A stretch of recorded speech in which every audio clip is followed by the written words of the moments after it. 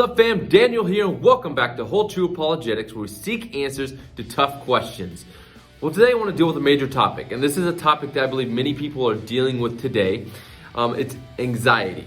Anxiety. Now, this is not a new thing. Anxiety is not a modern thing that's taken place. This has been around forever. But I believe since COVID, it's been heightened. All right. Since COVID took place, anxiety and depression has really heightened in people's lives. Maybe some people that have never dealt with it before are starting to wrestle with it or have wrestled with it. And so we might be familiar with it some way in our own lives, or maybe we know people that are dealing with it in different ways. And sometimes extreme anxiety can lead to things like people attempting suicide or people wrestling with depression. And so this is a very real, at-home struggle that people go through. And so today I just want to touch on a few things. Now, just some things to note off from the beginning. I am not expecting to answer every single question today about anxiety and give you the antidote to anxiety today. That's not what I'm doing. What I want to do is I want to note a couple things that I believe play into our anxiety, our cause, or emphasize and heighten our anxiety in our lives. And just one step to begin to fight against anxiety. All right. So let me just note a couple of things I think that play into it, a couple of things that do play into it. The first one is that we are too busy. We are too busy. Many of us live in the West, all right? And in the West, we live a fast-paced, busy life. Here in California where I live, California is a fast-paced state. It's always moving, doing. We fill our lives to the brim with activities of all sorts. We have work, we have movies, we got this, we got that, we got this. So we're always filling time with doing, and we don't ever stop. All right? We live too fast. We're constantly going. And what I see when we live like that is over time it begins to wear on our bodies and our souls, on our minds, just that constant fast pace. I believe that we're not called to live like. And many of us might work 60-hour plus work weeks, and we don't sleep. We just keep repeating the cycle. So over time, we tend to burn out. And we tend to burn out, and just this plays into our anxiety. This constantly, that we're always too busy, always filling our life to the brim with activities and things we need to do all the time. The second thing I want to note that I believe plays into it, and go with me here, is that we have too much information. Now, information is good. Technology has done great things, all right?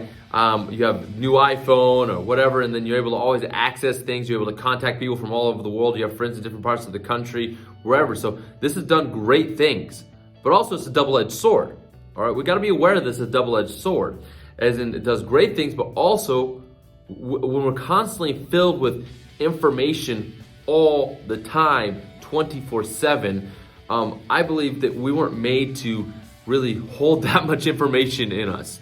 For example, it's good to know maybe what's going on in another country. But I think the amount of information that we know all the time is not always healthy. It's not always healthy, and I don't think we know how to handle all that information all the time. And so the reality is that the growth and the influence and the use of social media and technology has had positives, but also has had real negatives on playing into our anxiety, playing into having too much information that we don't know what to do with, that causes us to be anxious many times. Now, what do we do about this? Well, I'm just going to give this one step. This is not the fix-all, okay? The one step that I see, and this I see in Scripture, clearly how Jesus lived, something he did.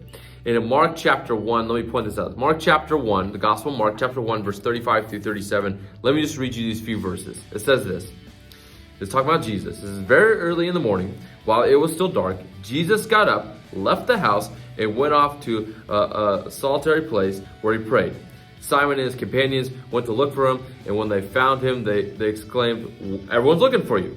That's all I want to read, all right? Now, just before this, Jesus had been healing people. Jesus had cast out a demon. Jesus had called his first disciples. Now, this is not the only time this takes place when Jesus does something like this. This is a repeated pattern in Jesus' life. What's that pattern? He finds a time and a place to pause, to separate and pause all the noise and reconnect with the source of life, which is God. That's what I want to challenge with us today. That we need to learn to slow down. We need to learn to find a place to stop. And that doesn't mean just sitting on the couch watching Netflix. We need to find a place to stop where we put our phones away, put our technology away for a time, and reconnect to the source of life, which is God. And so we need to find that time. Maybe it's early in the morning, maybe it's late at night, whatever it is, but we need to find that time, the protected time. We put everything away and just reconnect with God. So I want to challenge you guys with that this week.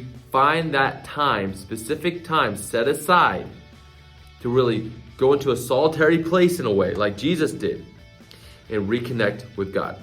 Well, I hope to talk to you guys next week. We're going to be dealing with a little bit more as we deal with this big, tough topic many people are dealing with anxiety. Hope to see you guys next time.